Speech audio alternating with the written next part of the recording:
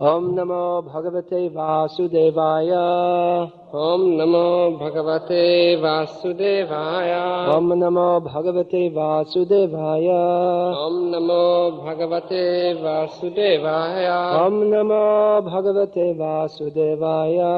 Om Namo Bhagavate Vasudevaya. Founder Acharya of ISKCON. Chapter 9, text 13. So you can, I'll just chant first. Atmanastu mang paratha daiving prakritim ashritaha bhajantyananya manaso gyatva bhutadim avyayam. This verse is a reference to Srimati Radharani. Here it is said that those who are great souls, they are great devotees, they are under the protection of Krishna's divine or internal potency. Everyone is under control. Due to illusion, we are thinking we are not under control. It's a very big illusion because everyone is under control in so many different ways. For instance, everyone is under the control of time. No one likes to get old, no one likes to die, but everyone is forced to grow old and die. So everyone in this material world is under the control of Krishna's external energy. But those who are pure devotees, they are under the control of Krishna's internal energy. The external energy is personified as Mother Durga, and the internal potency is Srimati Radharani. Now this may be very difficult for ordinary people to understand. When we discuss about Krishna and Radharani, they consider it to be something like mundane sexual attraction. Mundane sexual attraction is a perverted reflection of the original attraction between Krishna and Radha, Radha and Krishna. Because we are under the external energy, the deluding potency of Krishna, then we take these bodies to be the all in all.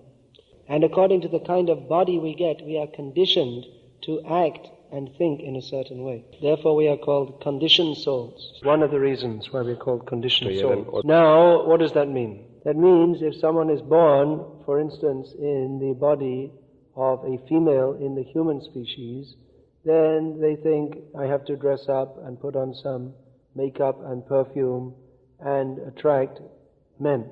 The nature of a woman is to seek shelter of a man. And those who are born in the male form, human species, they reciprocate accordingly. According to the mentality which they acquire under the modes of material nature, they act in such a way that will be attractive to the female. By showing themselves to be strong physically, mentally, financially, and in this way able to protect the woman. But factually, both so-called man and so-called women, they're all in a big illusion. Both are looking for security in a relationship with the opposite sex.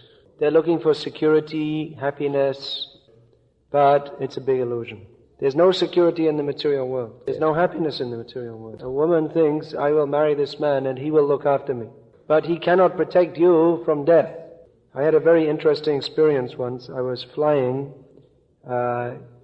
between Bangladesh and Thailand, I think it was, some Bangladesh Biman Airlines. So it was the rainy season, which is this season which is going on now, with a lot of rain and storms. So I was sitting next to a man and a woman who happened to be from the same town I was from in England, and they were on holiday, because foolish people think that it's a very wonderful thing to go around the world and take photographs of people eating, sleeping, mating and defending in other countries. So anyway, we were flying along through the sky and they were talking happily and peacefully, enjoying their holiday. Then a voice came from the captain, please fasten your seat belts. And the next second we hit a storm. And the plane went vroom like this, down. And it climbed up again and again went vroom down like this. So everyone became very nervous, as they usually do on these occasions. Became very nervous as they do on these occasions. And the young lady, the wife of the husband, she grabbed his arm and he stroked her hand as if to say, don't worry, I'm here to look after you. So it wouldn't help her very much that he's stroking her hand if the plane falls out of the sky and it smashes on the ground. She may get a little comfort from him stroking her hand, but he cannot protect her if the plane is going to crash. But out of foolishness, she was thinking, he is helping me, he is protecting me. And out of even more foolishness, he was taking that role. This is called gross illusion. Pashyan api na pashyati. Even though you can see, you don't see. Even though it was quite obvious that he could not protect her, still they were going through the drama that he's protecting me, yes, I'm protecting her. So this illusion of male-female relationships in this material world, this covers our understanding of the real male-female relationship. The real male-female relationship is that Krishna is the Supreme Personality of Godhead. He is the only enjoyer, and all other living beings are to be enjoyed by him. Nowadays, the women's liberation movement is very prominent. Women against men. But what they don't realize is, the real liberation is to understand that we are all women. In relationship with Krishna, we are all predominated. We are all subservient to Krishna. So that is reflected in this material world pervertedly. Both man and woman is trying to be Purush or enjoyer. And the result is Punarapi Jananam, Punarapi Maranam, Punarapi Janani Jathare Shayanam. Again and again we get born and we die and we enter the womb of a mother. So as long as we are in this illusory consciousness of identifying with these bodies, it is impossible to understand the loving affairs of Radha and Krishna. And even when we begin Krishna consciousness, it takes a long time before we can properly understand what is this, Jugala Piriti. Just like in the Bhagavatam, it said that even in ordinary social dealings, as long as one is not completely liberated from the bodily concept of life, he should be extremely careful in his dealings with the opposite sex. Matra svasra duhitrava navaviktasano bhavit balavan indriya gramo vidvang sang shapikarshati. This verse is from Srimad Bhagavatam and also from Manu Samhita. And it gives very stern advice how one should behave. That a man should not remain alone in the same room or should not sit close to any woman. Even if that woman is his mother or his sister or his daughter. Only of course with his wife is it allowed. So not even with mother or sister or daughter. Why, we may say? Because Balavan Indriya Gramo, the senses are very powerful. And even, this is Bhagavatam, this is not the daily newspaper. This is not the opinion of some foolish psychologist. This is authoritative. So Bhagavatam says that yes, even one may be attracted if he's sitting even with mother, sister or daughter. So we may say, well, that may refer to some mentally disturbed person or some very low class person. Bhagavatam says, Vidvang shangs api karshati. Even if one is a very learned scholar, his mind may be distracted. And there are practical examples, especially the example of Vishwamitra Muni is very well known, that after executing austerities for 60,000 years with great determination, that we cannot imagine, austerity 60,000 years. We just had a little austerity this morning, fasting until midday. Once a year we fast all day on Janmashtami. Some devotees fast on Ekadashi, but most, they take Ekadashi. And half-day fasting, we're thinking, let's have a look at the clock. What time is it? Even when we first joined this movement, we're rising at 4 o'clock and we don't take prasad until 9 o'clock. No one can dream of that. We get up in the morning, 4 o'clock, and we take prasad at 9 o'clock. So most people can't think that 5 hours after getting up in the morning, you have something to eat. So this is about the limit of our austerity. But Vishwamitra Muni was meditating with severe austerities for 60,000 years. We can't even imagine what it means to live that long. Therefore, sometimes we say, it's only fairy stories. It's not fairy stories. Just because you don't live that long doesn't mean that somebody else cannot live that long. The ant is living for a few, maybe 6 days. If we tell the ant that the human beings, they're living for 60 years, he won't believe it. He doesn't even know what a year is. So Vishwamitra, so nicely meditating, then tinkle, tinkle, tinkle, the sound of Menaka's ankle bells, and all his meditation was finished. So then again we may think, well, if Vishwamitra was such a great yogi and he fell down, then what chance for me? I'm not a great yogi.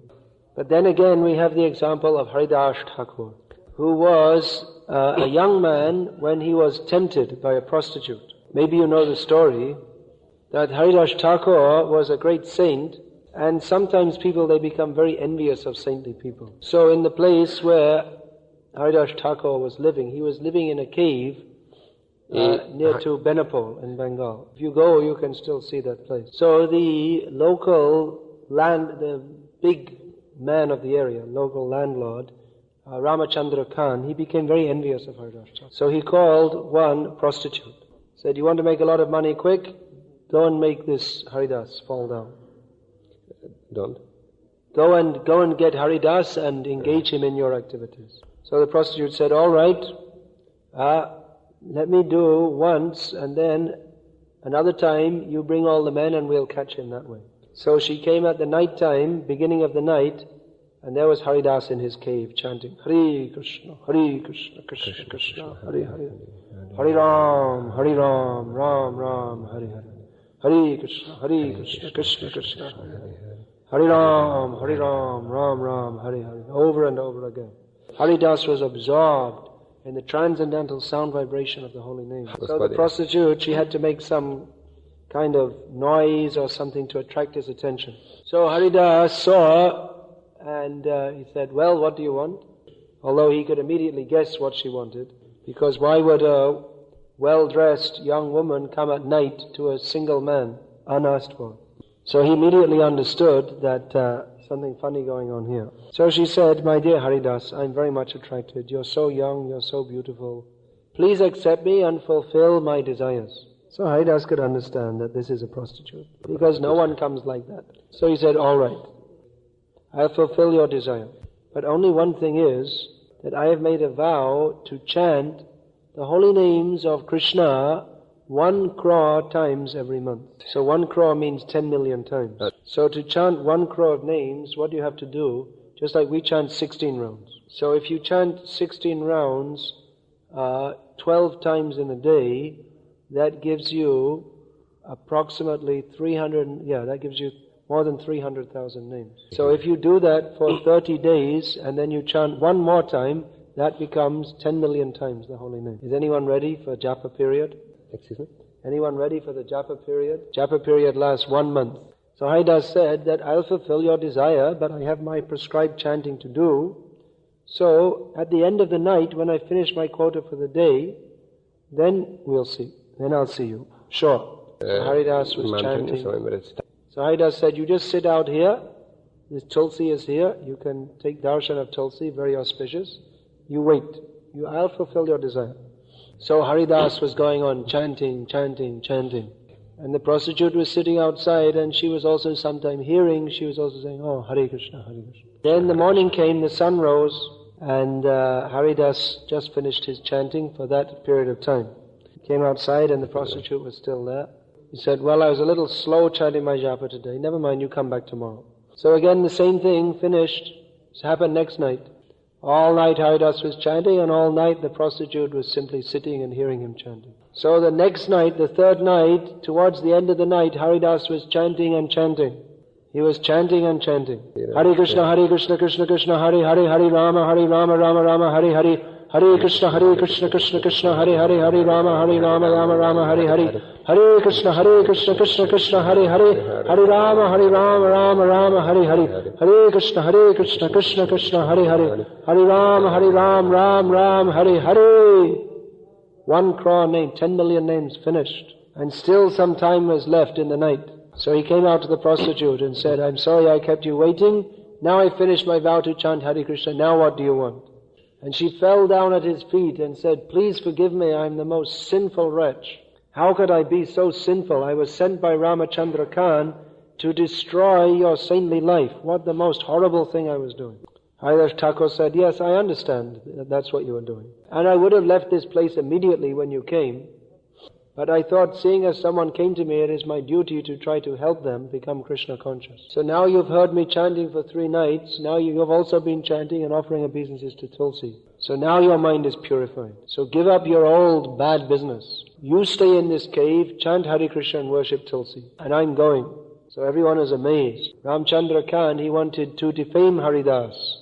But instead his glories were magnified. Everyone was amazed that this lowest of the low class harlot had been changed into a great Vaishnavi by the power of Haridas Thakur. And Ramachandra Khan simply burned with envy. So anyway, this is the difference between an ordinary yogi and a devotee of Krishna. Of course, not every devotee is on the level of Haridas Thakur. That is the most exalted level. But the point to understand is that by chanting Hare Krishna, we get everything. That which the yogis cannot attain, we can attain. Yogis doing difficult austerities in the Himalayas for many, many years, they don't get the same benefit as someone in Rijeka chanting Hare Krishna. Just by this chanting, all perfection can be achieved.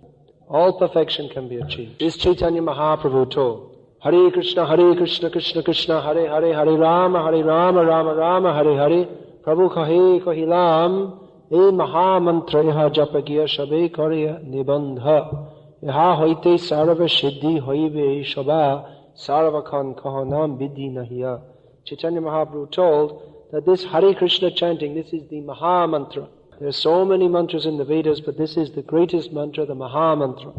Maybe he was thinking Haridas should have gone with the prostitute. He didn't like the end of the story. Love story with a bad ending. They have these women's magazines these stories where the man doesn't like the woman and she's crying and waiting for him. But in the end, after so much heartbreaking, his heart melts and he falls into Maya and falls in love with her. But our happy ending of the love story is, he takes sannyas and she takes sannyas also. Just like Prabhupada told that story from Srimad Bhagavatam. There's a story in the Bhagavatam 11th canto which shows the uselessness of family attachment. There were two pigeons, Kapota and Kapoti, male and female. They were deeply in love with each other. Pigeons, yeah.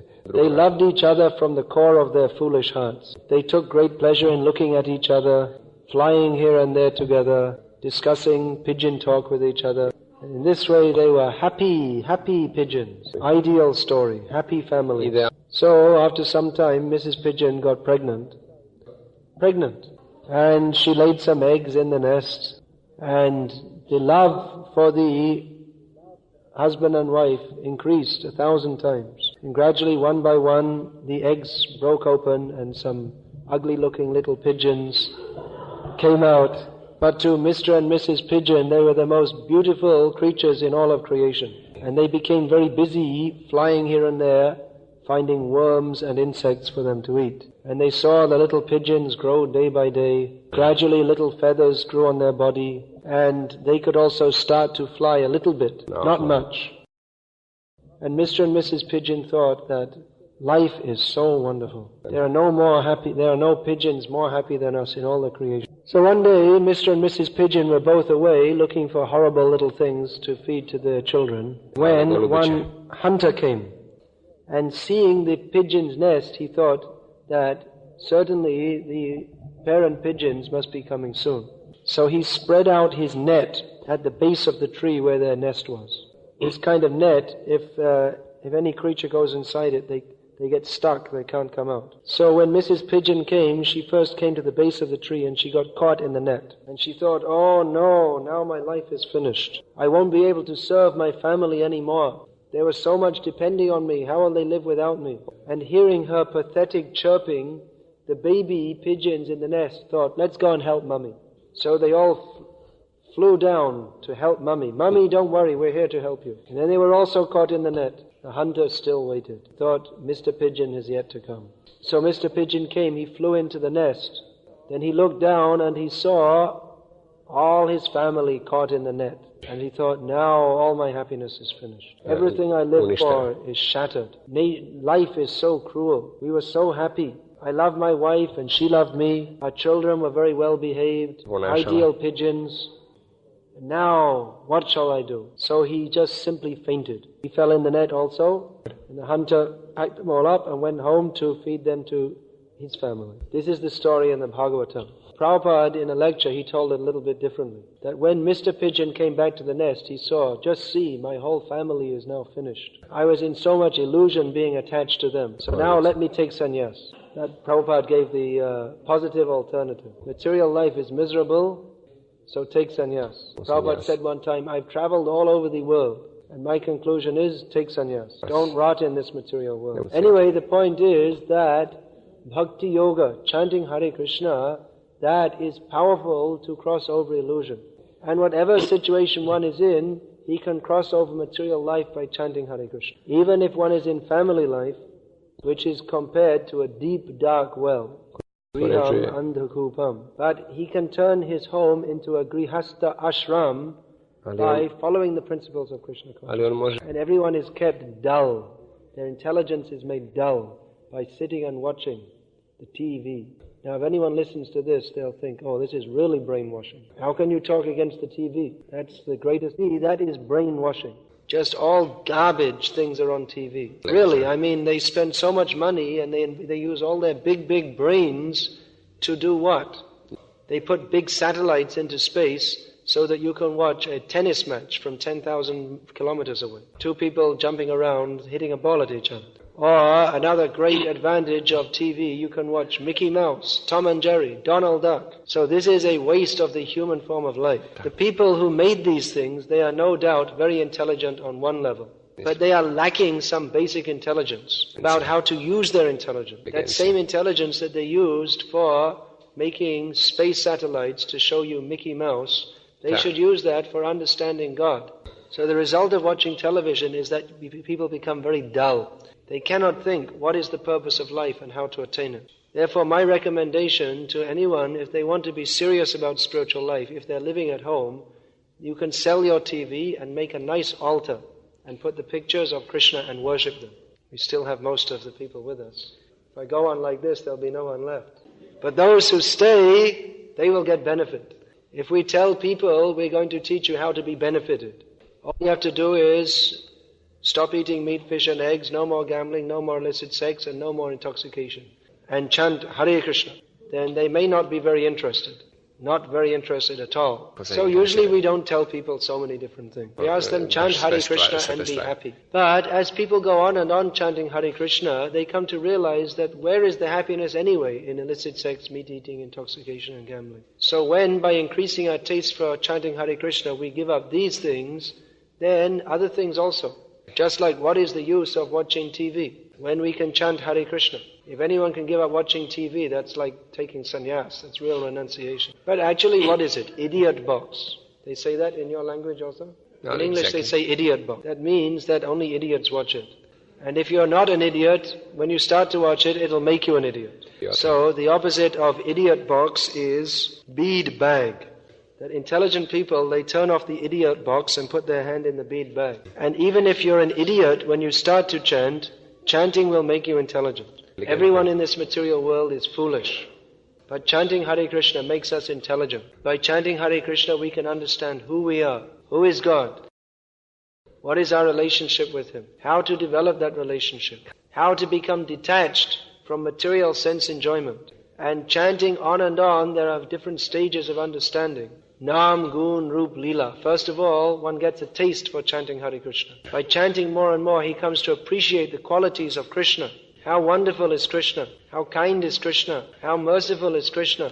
Then, chanting more and more, he comes to appreciate the divine form of Krishna, Satchidananda Vigraha. When one is appreciating the beautiful form of Krishna, then no more will he be attracted to the forms of this material world. And by chanting more and more, one comes to appreciate the Leela, the divine pastimes of Krishna. So by chanting Hare Krishna, Krishna Krishna, Hare Hare, Hare Ram, Ram Ram, Hare Hare, one can become purified so much that he can understand the